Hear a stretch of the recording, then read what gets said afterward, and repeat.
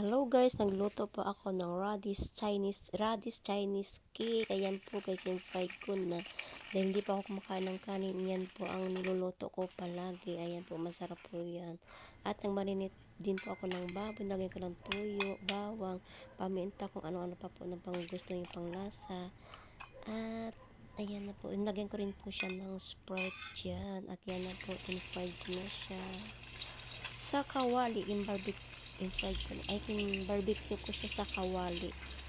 Barbecue ko yan, pork barbecue. Ayan na po siya, masarap po yan.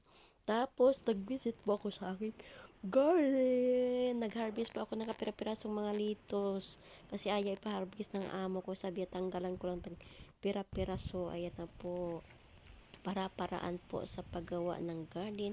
Mga kamuti nilagay ko lang sa mga sako, styrofoam, kung ano-ano pwede ko maglagyan. Ayan na po, dahil libangan ko lang po yung pag-garden dahil wala akong masyadong trabaho dito sa amo ko. Hawak ko yung oras ko sa pagtatrabaho ko dito, kaya masaya ako, nakatagpo ako ng amo na mabait.